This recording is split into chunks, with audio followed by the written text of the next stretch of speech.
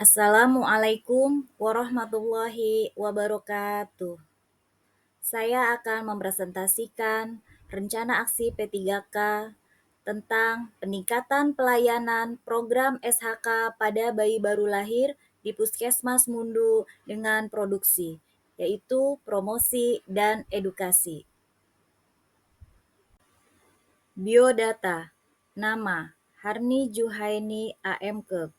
Tempat tanggal lahir: Cirebon, 1 Juni 1985. NIP 1985012024212003. Jabatan Bidan Terampil. Instansi Puskesmas Mundu. Latar belakang.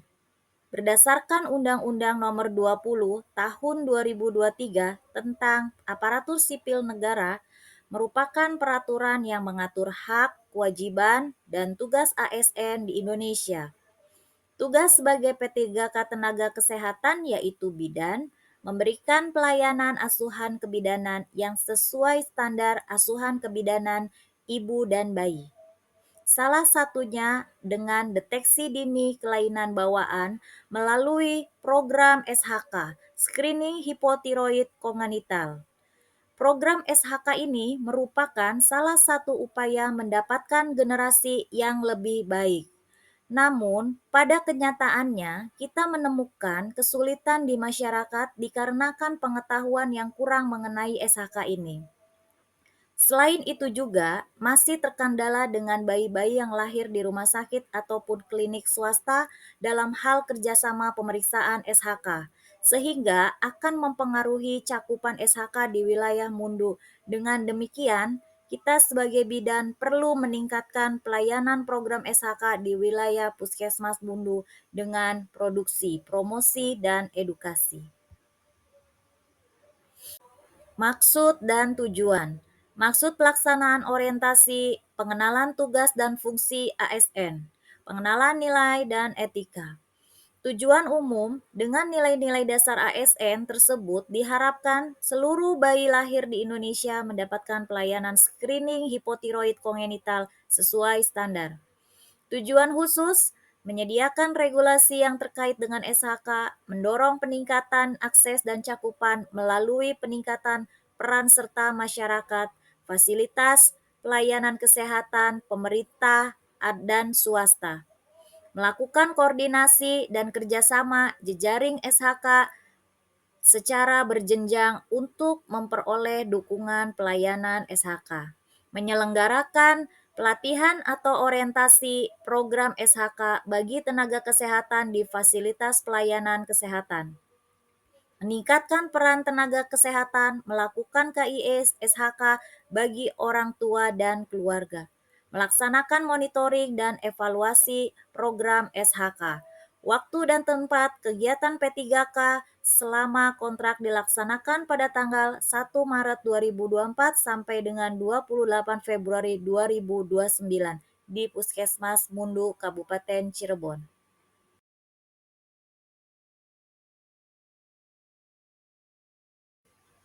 Renstra Puskesmas Mundu. Meningkatnya indeks keluarga sehat di Puskesmas Mundu. Menurunnya jumlah kematian ibu dan jumlah kematian bayi. Meningkatnya status gizi balita. Meningkatnya pencegahan dan pengendalian penyakit menular. Meningkatnya pencegahan dan pengendalian penyakit tidak menular. Meningkatnya PHBS rumah tangga. Meningkatnya jumlah ODF. Meningkatnya kinerja aparatur dan kualitas manajemen pelayanan kesehatan. Tugas pokok dan fungsi P3K Bidan Terampil. Tugas pokok dan fungsi ASN diatur di dalam Undang-Undang Nomor 20 Tahun 2023 tentang ASN. Sedangkan tugas pokok dan fungsi bidan terampil diatur dalam Permenpan RB Nomor 36 Tahun 2019 bahwa bidan terampil wajib melaksanakan pelayanan asuhan kebidanan sesuai dengan tugas dan kewenangannya berdasarkan peraturan yang berlaku.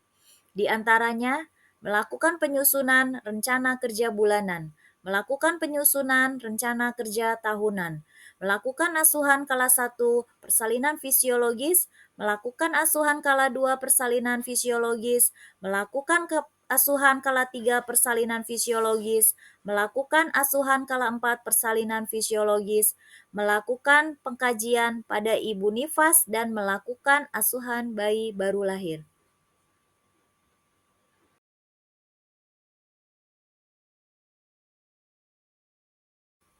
Tugas jabatan fungsional bidan memiliki unsur angka kredit yang memiliki nilai, yaitu pelayanan kebidanan diantaranya adalah pelayanan kesehatan ibu, pelayanan kesehatan anak, pelayanan kesehatan reproduksi perempuan dan keluarga berencana, pelayanan kebidanan komunitas, mengelola pelayanan kebidanan, melaksanakan program pemerintah, melakukan inovasi pelayanan kebidanan. Identifikasi masalah program SHK, yaitu kurangnya pengetahuan orang tua bayi, keluarga, dan masyarakat mengenai program SHK. Kurangnya kerjasama dengan bidan praktek swasta, klinik bersalin, dan rumah sakit mengenai program SHK.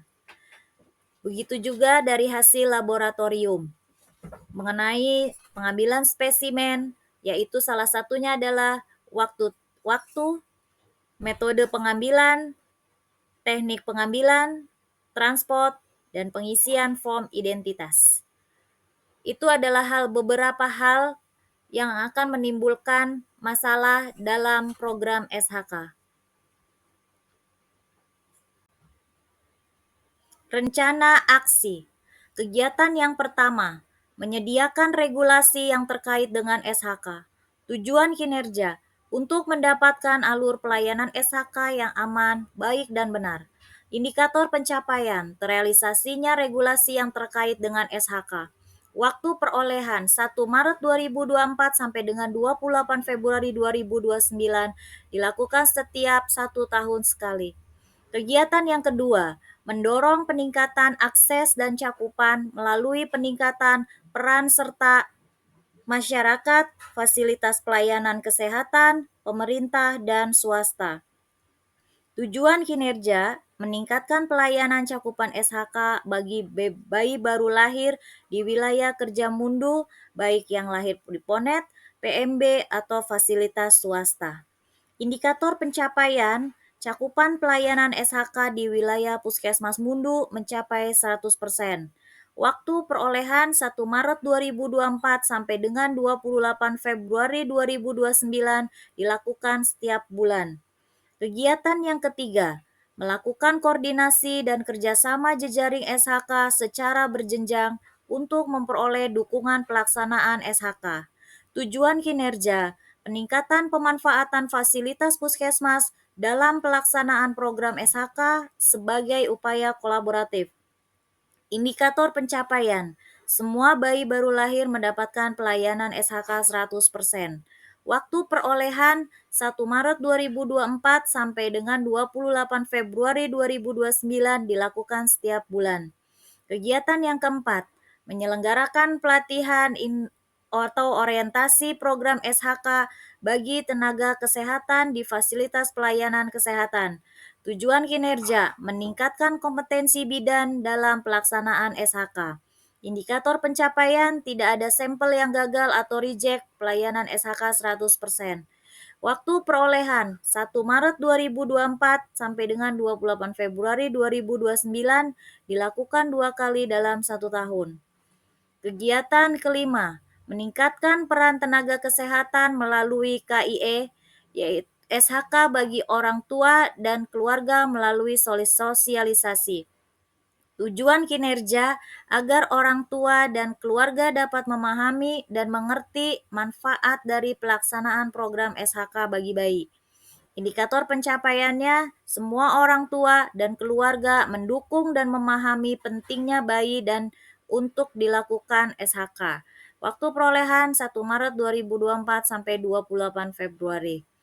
Kegiatan yang keenam, melaksanakan monitoring dan evaluasi program SHK. Tujuan kinerja, meningkatkan kualitas dalam pelayanan program SHK. Indikator pencapaian terrealisasinya regulasi yang terkait dengan SHK. Waktu perolehan 1 Maret 2024 sampai dengan 28 Februari 2029. Dilakukan setiap bulan. Salah satu inovasi yang dilakukan untuk peningkatan pelayanan SHK di Puskesmas yaitu dengan produksi, promosi, dan edukasi. Promosi. Promosi yang dilakukan yaitu melakukan sosialisasi secara terjadwal kepada orang tua bayi dimulai dari kehamilan tentang SHK. Melakukan sosialisasi secara terjadwal kepada keluarga, linsek, dan masyarakat tentang SHK. Media promosi yang dilakukan bisa dengan leaflet, media sosial, kelas ibu hamil, posyandu, rakordes, lokmin, dan MMD. Edukasi. Edukasi dapat dilakukan secara terjadwal pada ibu hamil saat ANC, kelas ibu hamil, USG di Puskesmas. Melakukan edukasi pada bidan melalui pelatihan SHK agar pelayanan berkualitas, hasil spesimen berhasil dan valid. Tingkat keberhasilan peningkatan SHK. 1. Tenaga kesehatan terlatih atau kompeten, yaitu dokter, perawat, bidan, analis kesehatan. Mengikuti kegiatan pelatihan dan training of trainer tentang SHK. Hand hygiene, menggunakan alat pelindung diri. Yang kedua, melibatkan orang tua atau keluarga bayi. Yang ketiga, penilaian kondisi bayi. Ini adalah beberapa kegiatan peningkatan program SHK di Puskesmas Mundu. Ini adalah beberapa kegiatan peningkatan program SHK di Puskesmas Mundu. Ini adalah beberapa kegiatan peningkatan program SHK di Puskesmas Mundu.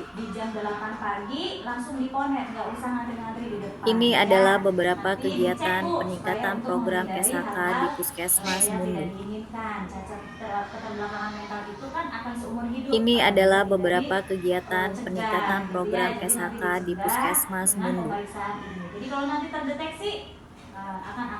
Ini adalah beberapa kegiatan peningkatan program SHK di Puskesmas Mundu. Ini adalah beberapa kegiatan